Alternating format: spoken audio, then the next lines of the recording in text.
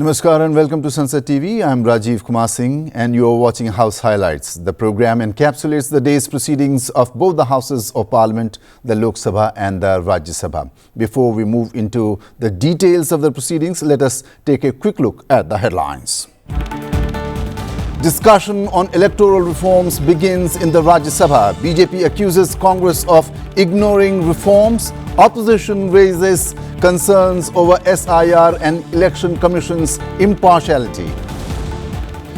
Rajya Sabha concludes discussion related to 150 years of the national song Vande Mataram. Leader of the House and Union Minister JP Nadda accuses the Congress of opportunism, calls for according the national song the same respect as the national anthem.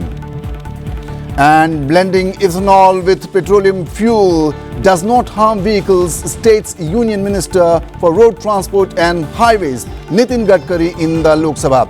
Adds that E20 fuel has helped to reduce oil imports and turned farmers into energy providers. We now proceed to the highlights of Day 9 of the winter session in the Lok Sabha.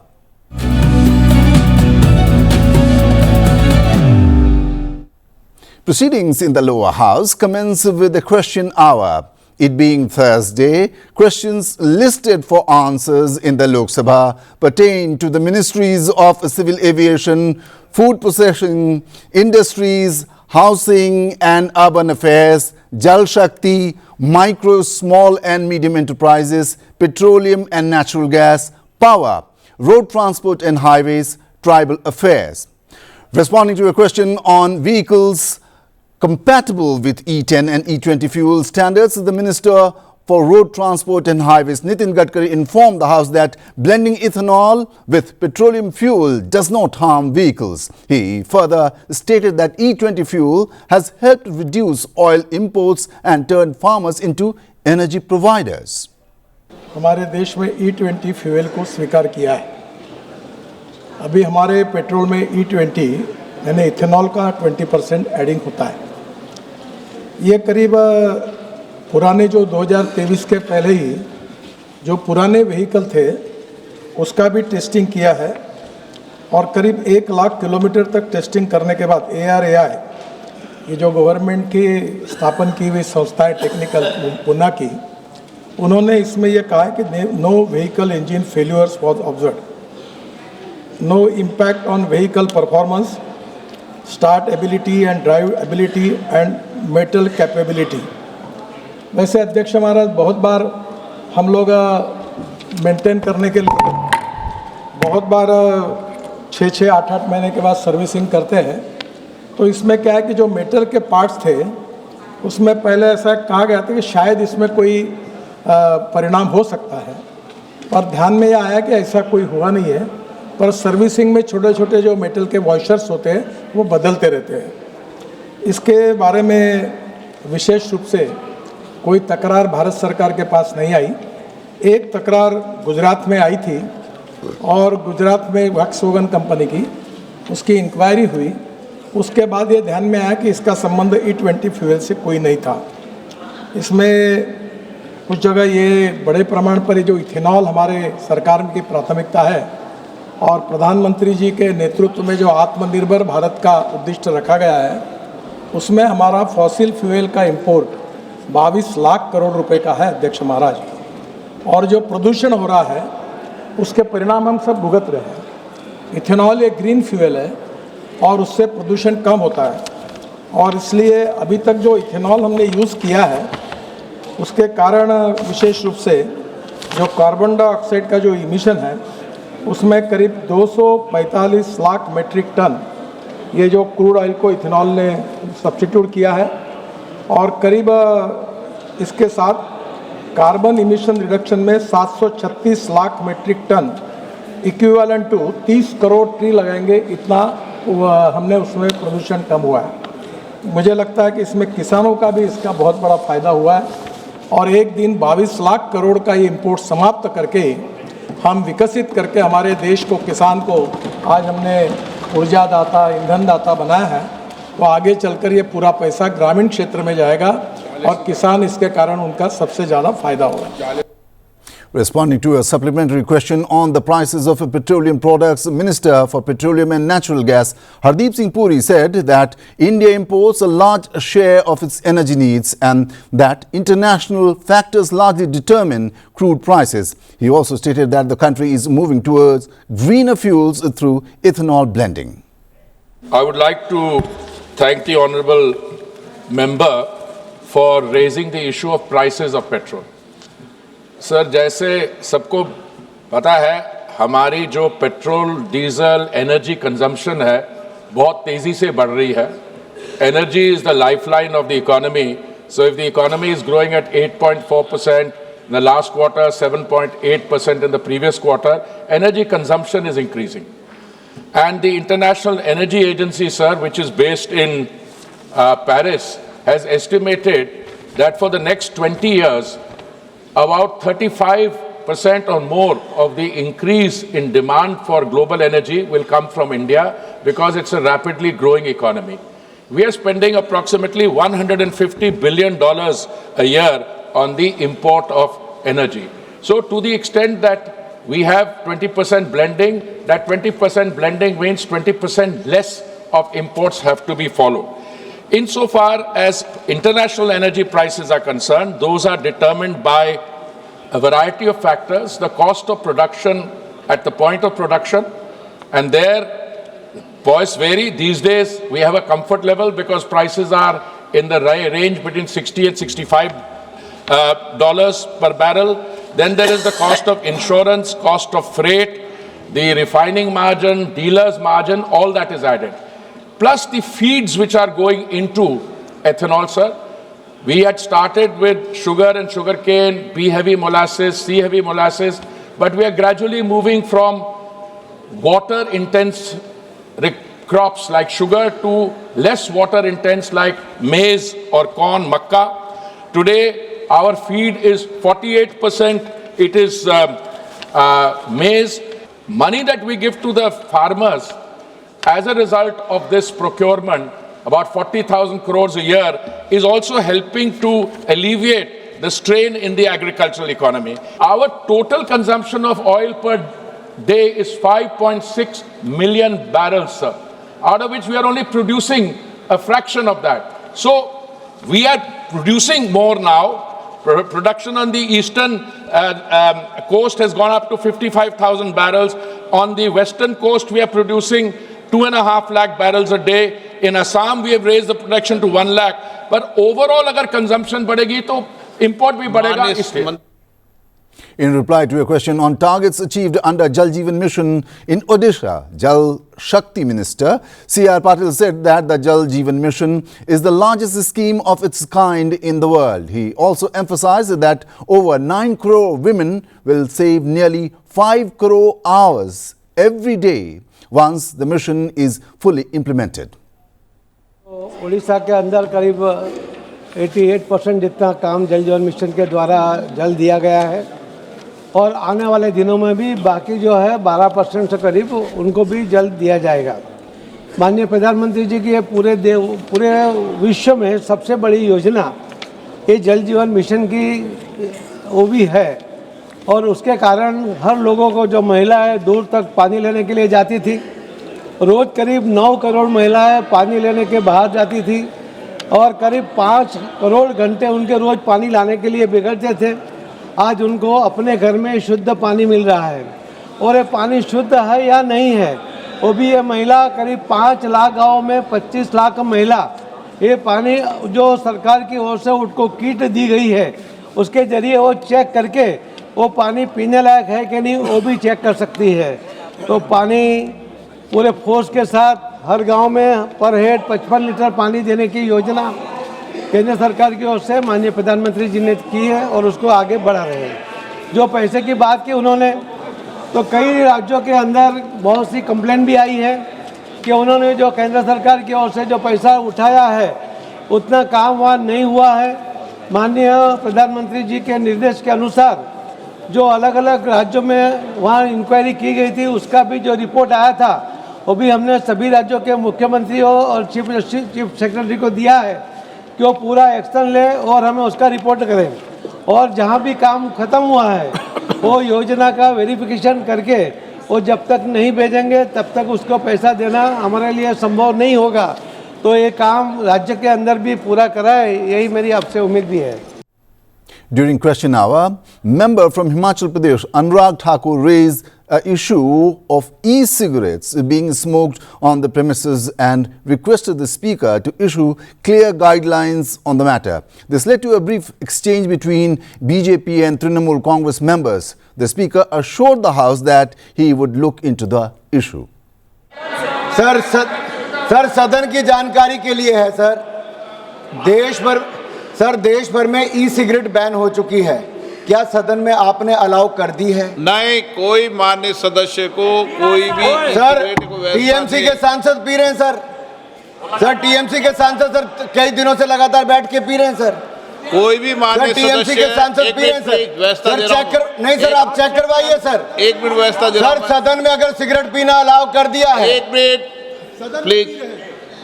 मैं सभी माननीय सदस्यों से पुनः आग्रह करता हूं, हमें संसदीय परंपराओं और संसदीय नियमों का अनुपालन करना चाहिए।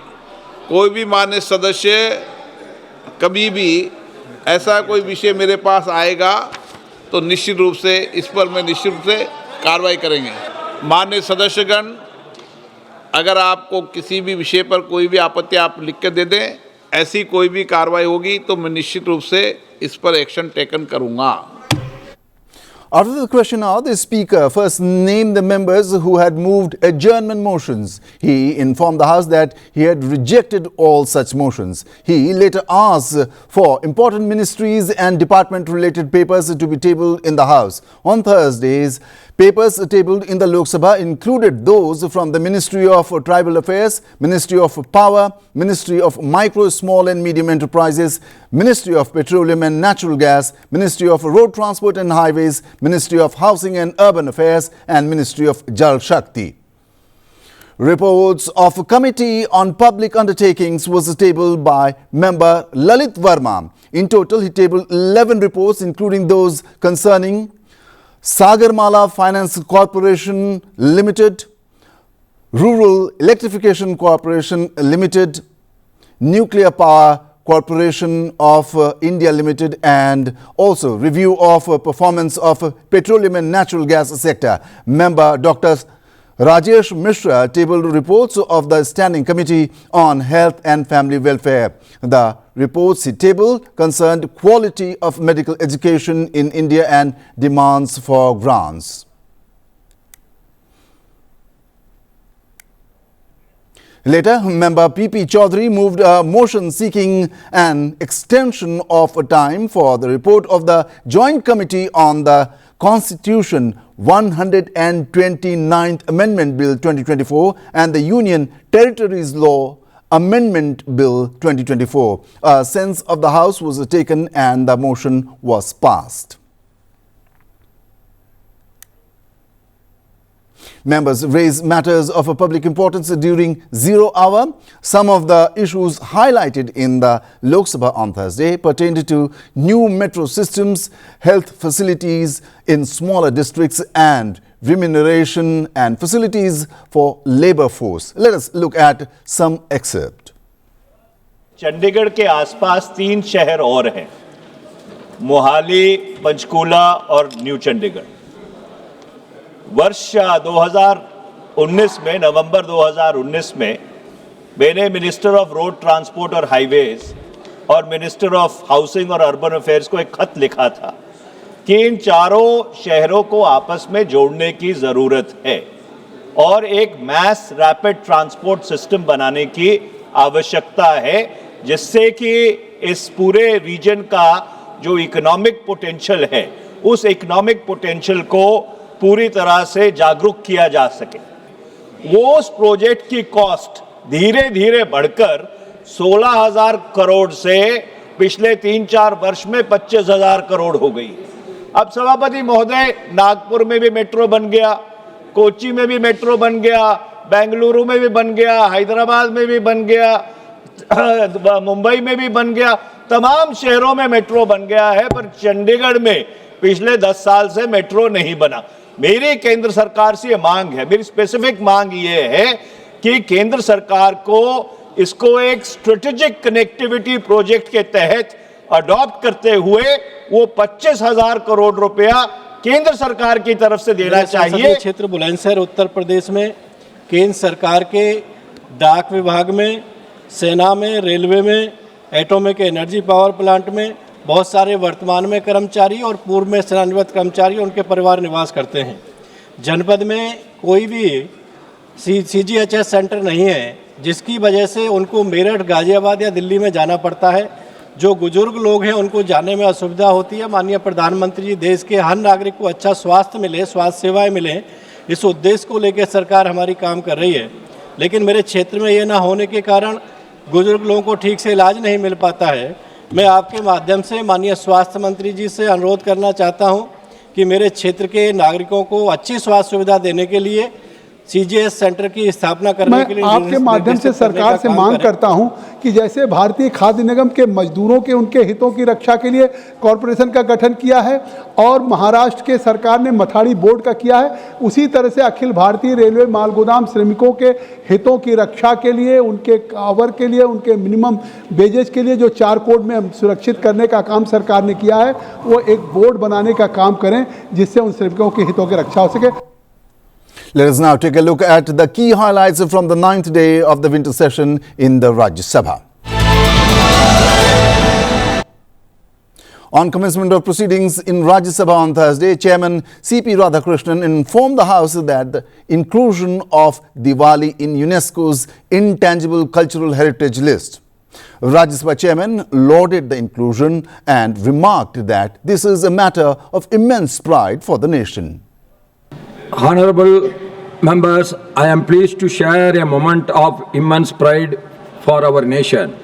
Our festival of lights, Deepavali, has been inscribed on UNESCO's representative list of intangible cultural heritage of humanity. The prestigious recognition announced on the 10th of December 2025 has sparked joy and celebration across our country and among Indians worldwide. Deepavali is not merely a festival, it is a civilizational message. It symbolizes the triumph over light over darkness, knowledge over ignorance, hope over despair, and dharma over adharma. It is universal philosophy, cuts across faiths, regions and generations, embodying the very spirit of India that is inclusive, radiant and resilient. As you may be aware, Deepavali is the 16th element of Bharat to be inscribed on the UNESCO list of intangible cultural heritage of humanity, thereby enriching it with the glow of India's civilizational legacy. On my behalf and on behalf of this August House, I extended heartiest felicitations to all the Indians, to our cultural practitioners and every individual and the institutions that contributed to securing the global recognition. May this achievement inspire us to preserve, promote and proudly celebrate our rich heritage and traditions with renewed commitment and reverence. Documents from the Ministry of Culture, Ministry of Science and Technology, Ministry of Personnel, Public Grievances and Pensions, Department of Atomic Energy and Department of Space, Ministry of Law and Justice, Ministry of Communications, Ministry of Labour and Employment, Ministry of Environment, Forest and Climate Change and the Ministry of External Affairs were tabled. In the House, reports of the department-related Parliamentary Standing Committee on Health and Family Welfare, the Committee on Public Undertakings and statements from ministers were also presented. In the question hour on Thursday, Minister for Environment, Forest and Climate Change, Bhupender Yadav, while responding to a supplementary question, informed the House that the air pollution situation in Delhi has improved with the number of good air quality days nearly doubling. 2016 में जो AQI जिसको 200 कहते हैं मतलब अच्छे दिनों की संख्या जो 110 होती थी, 110, 2026 में वो संख्या बढ़कर के 200 हो गई है। इस वर्ष जनवरी नवंबर की अवधि में दिल्ली का औसत AQI जो 2018 में 213 था, वो कम होकर के 187 हुआ है। 2025 के दौरान दिल्ली में एक भी दिन AQI 450 नहीं हुआ है। हम उसको कंट्रोल रखने में सक्षम हुए हैं, बल्कि केवल 3 ही रहा है। इसको लेकर के जो आपने पूछा है, हमारे मंत्रालय के द्वारा लगातार मॉनिटरिंग की जाती है। जो इसके हितधारक हैं उनके साथ बैठक की जाती है। 2014 से पहले इसको मॉनिटर करने के लिए कोई लीगल सिस्टम ही नहीं था, एडमिनिस्ट्रेटिव सिस्टम ही नहीं था। 2021 में हमने CAQM की स्थापना इस संसद से लेकर के करी। अब CAQM जो है वो विभिन्न कार्यान्वयन एजेंसियों के माध्यम से इसके लिए कार्य करता है। दिल्ली में जो भी AQI है उसके लिए हमने ग्रेडेड रिस्पांस एक्शन प्लान को तैयार किया है, और उस एक्शन प्लान में जब इस प्रकार से AQI बढ़ता है तो एक्शन प्लान में कार्रवाई की जाती है। Union Minister and Leader of the House JP Nadda participated in the discussion to commemorate the 150 years of Vande Mataram. During the debate, he informed that after independence, Vande Mataram did not receive the respect it deserved and held the then government responsible for this. Concluding the discussion on Vande Mataram in the Rajya Sabha, the leader of the House accused the Congress of being opportunistic. He emphasized the government's objective is not to tarnish the image of any leader, but to present historical facts accurately. मैं कहना चाहता हूं कि हमारा उद्देश्य भारत के पूर्व प्रधानमंत्री को बदनाम करने का नहीं है, लेकिन हमारा उद्देश्य भारत को, इतिहास को रिकॉर्ड पर स्ट्रेट रखने का जरूर है। इस बात को हमको ध्यान रखना। आपको जब सूट करता है तो आप नेहरूवियन एज की चर्चा करते हैं, जब आपको सूट नहीं करता है तो आप सुभाष चंद्र बोस को ले आते हैं, तब आप गुरु रविंद्रनाथ टैगोर को ले आते हैं, गुरुवर रविंद्रनाथ टैगोर को ले आते हैं। यह ठीक नहीं है। अगर श्रेय लेना है तो तकलीफ में अगर देश आया तो उसकी जिम्मेवारी भी लेनी होगी, इसको भी हमको ध्यान में रखना। यही तो आरोप है कि वंदे मातरम की जो भारत की संस्कृति और भारत का इतिहास से जुड़ा हुआ जो हमारी मान्यता थी, उसको उस समय के प्रधानमंत्री सिरे से खारिज कर रहे थे। यह इसका इतिहास बनता है। I am talking about the procedure which was followed at that point of time, and the country should know, and the people, 1.4 billion people should know how the country was functioning and what was happening. Prevention of insults of National Honor Act 1971. आपने Prevention of Insults or to National Honor Act 1971 पारित किया। इस act के तहत penalty for disrespecting the Indian flag and national anthem of the Constitution. लेकिन यहां पर फिर से आपने राष्ट्रीय गीत वंदे मातरम को इंक्लूड नहीं किया। और अंत में सिर्फ मैं बोलना चाहता हूं, what is the difference? What is the difference? हमारी लड़ाई किस बात की? कोई जमीन की लड़ाई तो है नहीं, किसी और चीज की लड़ाई है नहीं, विचारों की लड़ाई है। और जब मैं विचारों की लड़ाई कहता हूं, और जब मैं कहता हूं कि वंदे मातरम को सम्मान और स्थान नहीं मिला, और मैं जन गण मन को पूरी इज्जत, और मैंने कहा सारी जिंदगी उसके लिए मर खपने के लिए तैयार हूं, तो लेकिन मैं एक बात जरूर कहना चाहता हूं, और वो मैं ये कहना चाहता हूं कि देश कॉम्प्रोमाइजेस से नहीं चलता है। ये हमारी आइडियोलॉजी। देश सच्चाई और इतिहास की बातों को ध्यान में रख करके चलता है।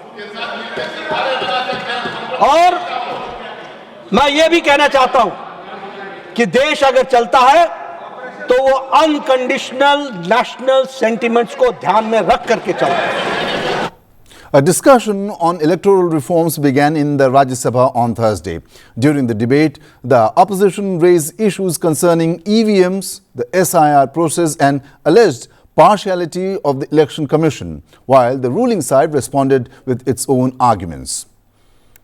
Opening the discussion, Congress leader Ajay Maken cautioned that even a slight decline in the credibility of the Election Commission could weaken democratic institutions. BJP MP Sudhanshu Trivedi countered that during the Congress regime, electoral reforms were never seriously considered, adding that the Congress failed to understand that votes are earned through trust and relationships. TMC's Dola Sen stated that her party is not against electoral reforms but opposes the removal of names to create new voter lists. DMK member raised concerns about the reliability of EVMs, while AAP's Sanjay Singh questioned the intent of the SIR process. इनकी सरकार कब रहती थी और हमारी सरकार कब है?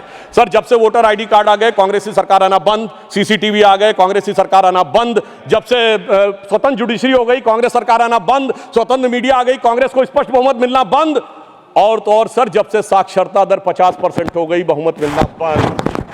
इनको कब बहुमत मिलता था? जिस जमाने में मतपेटियां लूटी जाती थी, बूथ कैप्चरिंग होती थी, गोलियां चलती थी, बिहार के चुनावों में 80-80 लोग तक घायल होते थे। इन्हें लग रहा है शायद वही जमाना वापस आ जाए। सम्मानित सदस्य कह रहे थे कि 45 दिन के बाद वो नहीं करते, उसका जवाब गृह मंत्री जी वहां पर दे चुके हैं। उन्होंने साफ साफ कहा 1991 में जो चेंजेस किए थे नरसिम्हा राव सरकार में, उसमें कोई भी एविडेंस, कोई भी पिटीशन 45 दिन तक ही हो सकती है।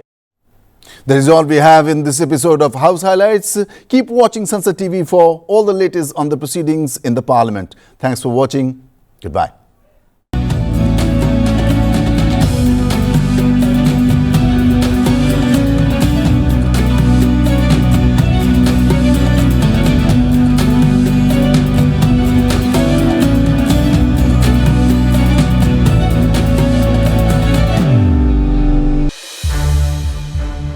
संसद टीवी के और भी प्रोग्राम्स देखने के लिए सब्सक्राइब करें हमारा YouTube चैनल और हाँ, इन्हें लाइक और शेयर करना ना भूलें।